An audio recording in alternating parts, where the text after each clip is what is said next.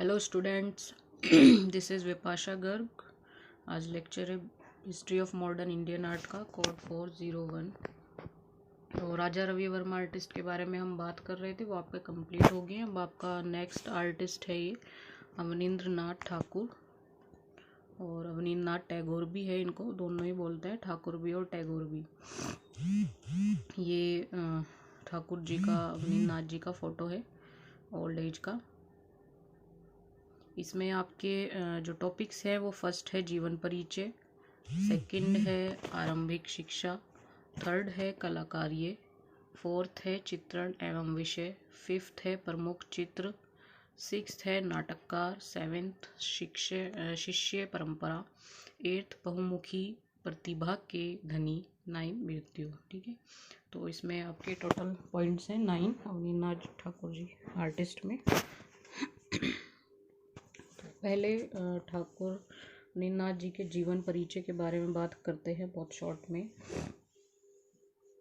जो अवनींद्र जी का जन्म हुआ है वो 7 अगस्त सन 1871 ईस्वी को जन्माष्टमी के दिन पूर्वी बंगाल में जोडासाको प्रांत में एक ठाकुर परिवार के घर हुआ। ठीक है, तो अवनींद्र जी का जन्म 7 अगस्त सन 1871 ईस्वी को जन्माष्टमी के दिन हुआ था, पूर्वी बंगाल में, बंगाल साइड हुए थे, जैसे कि इनके नाम से भी पता चलता है। और जोडासाको प्रांत में एक ठाकुर परिवार के घर हुआ, तो इसलिए इनको अवनींद्र ठाकुर भी कहा जाता है, क्योंकि ये ठाकुर परिवार से रिलेटेड थे। उनका परिवार एक और तो पाश्चात्य एवं प्राचीन भारतीय संस्कृति के समन्वय का समर्थक था, दूसरी ओर ब्रह्म समाज का प्रवर्तक भी। यानी इनकी जो फैमिली थी वो एक और तो पाश्चात्य और प्राचीन भारतीय संस्कृति के समन्वय का समर्थक था। ठीक है, जो मतलब पाश्चात्य और प्राचीन भारतीय संस्कृति के समन्वय है उनका समर्थक था। दूसरी ओर ब्रह्म समाज का प्रवर्तक भी है ना, यानी दूसरी ओर जो ब्रह्म समाज है उनके प्रवर्तक भी। जीवन परिचय में इनका यही छोटा सा है कि इनका जन्म है 7 अगस्त 1871 को, जन्माष्टमी के दिन ठाकुर परिवार में हुए थे बंगाल में, और इनका जो परिवार था वो पाश्चात्य और भारतीय संस्कृति के समन्वय का समर्थक था, दूसरी ओर ब्रह्म समाज का प्रवर्तक भी।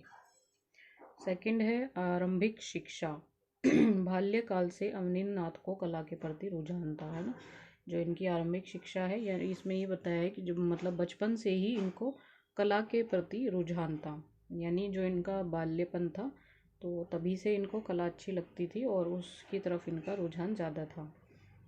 आरंभिक शिक्षा विद्यालय से ग्रहण करने के बाद घर पर उन्होंने संस्कृत, फारसी आदि भाषाओं, यानी जब इन्होंने आरंभिक शिक्षा ग्रहण की थी विद्यालय से ग्रहण करने के बाद घर पर ही इन्होंने संस्कृत, फारसी आदि भाषाओं का ज्ञान भी प्राप्त किया है ना, मतलब संस्कृत का भी, फारसी का भी और कुछ भाषाओं का और इन्होंने ज्ञान प्राप्त किया था।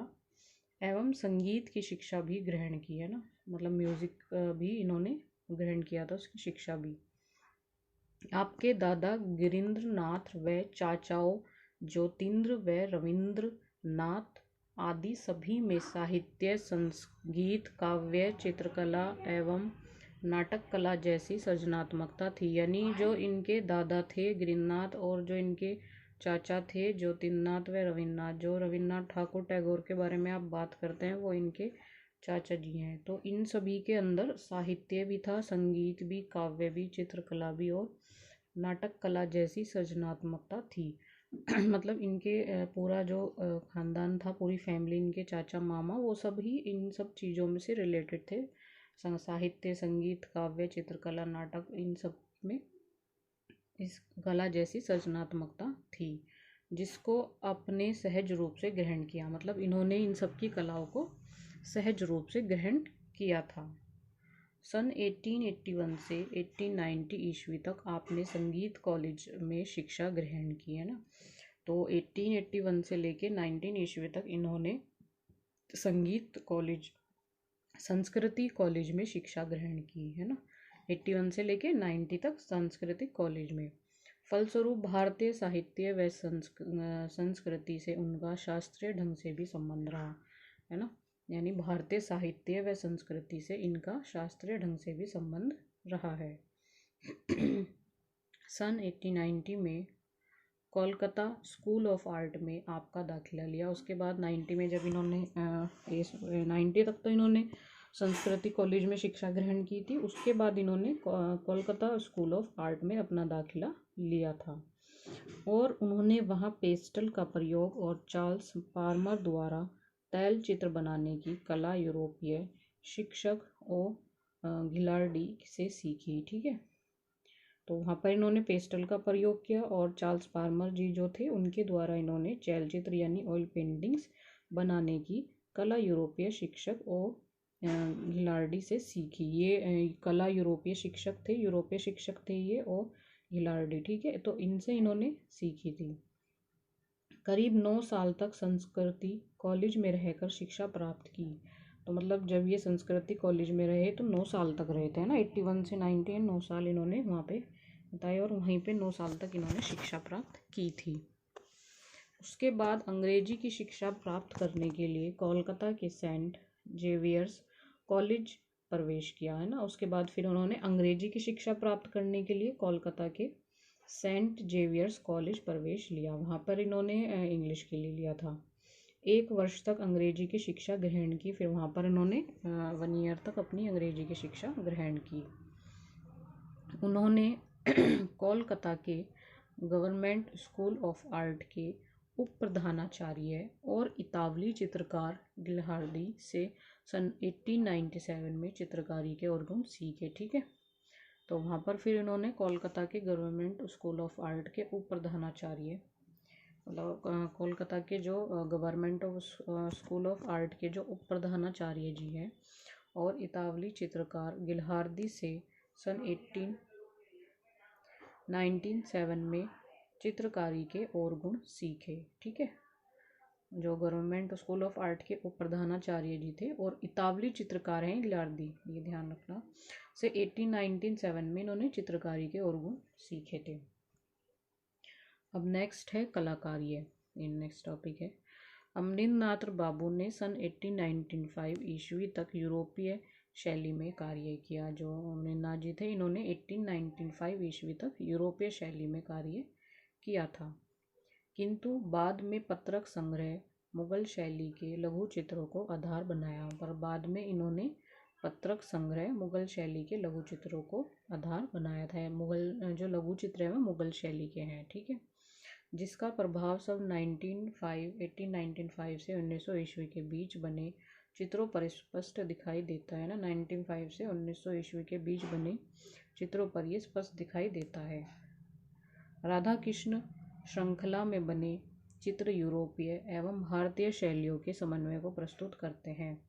तो जो राधा कृष्ण श्रृंखला में जो आप देखेंगे जो यूरोपीय चित्र बने हुए हैं वो यूरोपीय और भारतीय शैलियों की यानी दोनों का समन्वय उसमें प्रस्तुत आपको दिखाया जाएगा। अगर आप देखेंगे जो इनके राधा कृष्ण श्रृंखला में बने हुए हैं यानी उसमें दोनों का मिक्सचर है, यूरोपीय का भी और भारतीय का भी। ठीक है, इसी दौरान आपने अपने चर्चा रविन्द्रनाथ टैगोर के अनुसार चंडीदास एवं विद्यापति की वैष्णव पदावली का अध्ययन कर उन पर आधारित चित्रों का निर्माण किया। इस समय तक उनके चित्रों में यूरोपीय शैली के बजाय भारतीय शैली की विशेषताएं नजर आने लगी थी। यानी ये उस टाइम की बात है, तो इनके चित्रों में यूरोपीय शैली की जगह भारतीय शैली की विशेषताएं ज़्यादा नजर आने लगी थी, जिसका प्रतिनिधित्व उनका चित्र शुक्ला भिसारे करता है ना। जिसका प्रतिनिधित्व कौन करता है? शुक्ला भिसारे, जो पूर्णतया भारतीय शैली में बना उनका प्रथम चित्र। ठीक है, तो ये इनका भारतीय शैली में बना हुआ प्रथम चित्र है। अमरिंद्रनाथ जी की मुलाकात बंगाल आर्ट्स स्कूल के प्रधानाचार्य श्री E.V. हेवल से हुई। मतलब इनकी जो मुलाकात हुई थी अमरिंद्रनाथ जी की तो बंगाल आर्ट्स ऑफ स्कूल के प्रधानाचार्य श्री E.V. हेवल से हुई। तो जो E.B. हेवल्स जी हैं वो बंगाल ऑफ आर्ट्स स्कूल के प्रधानाचार्य थे, ये भी आर्टिस्ट हैं। इसके पश्चात उनके कार्य में तटस्थता दिखाई देने लगी। इनकी प्रेरणा से ही अमरिंद्रनाथ बाबू ने महान भारतीय शैलियों एवं चित्रों को अपनी प्रेरणा का आधार बनाया और अजंता राजस्थानी पहाड़ी व मुगल शैलियों का अध्ययन कर बुद्ध चरित्र व कृष्ण चरित्र आदि की चित्र श्रृंखलाएं तैयार की। ठीक है, तो इसके बाद इनके कार्य में तटस्थता दिखाई देने लगी। उनकी प्रेरणा से ही अवनींद्रनाथ बाबू ने महान भारतीय शैली और चित्रों को अपनी प्रेरणा का आधार बनाया और अजंता, राजस्थानी, पहाड़ी व मुगल शैलियों का अध्ययन कर बुद्ध चरित्र व कृष्ण चरित्र आदि की चित्र श्रृंखलाएं तैयार की। ठीक है, तो इन्होंने भारतीय शैली और चित्रों को अपनी प्रेरणा का आधार बनाया था। उसके बाद इन्होंने अजंता, राजस्थानी, पहाड़ी एवं मुगल शैलियों का अध्ययन किया था और चरित्र व कृष्ण चरित्र आदि की चित्र श्रृंखलाएं इन्होंने तैयार की, जिसमें प्रमुख बुद्ध का जन्म व बुद्ध और सुजाता है। मतलब जो इन्होंने ये बुद्ध चरित्र व कृष्ण चरित्र आदि की जो चित्र श्रृंखलाएं तैयार की थी, उसमें इन्होंने बुद्ध का जन्म व बुद्ध और सुजाता है। मतलब जो श्रृंखला इन्होंने तैयार की थी उसमें जो प्रमुख था वो बुद्ध का जन्म था और बुद्ध और सुजाता थे। ठीक है, आज के टॉपिक में इतना ही है, फिर आगे नेक्स्ट कल डिस्कस करेंगे।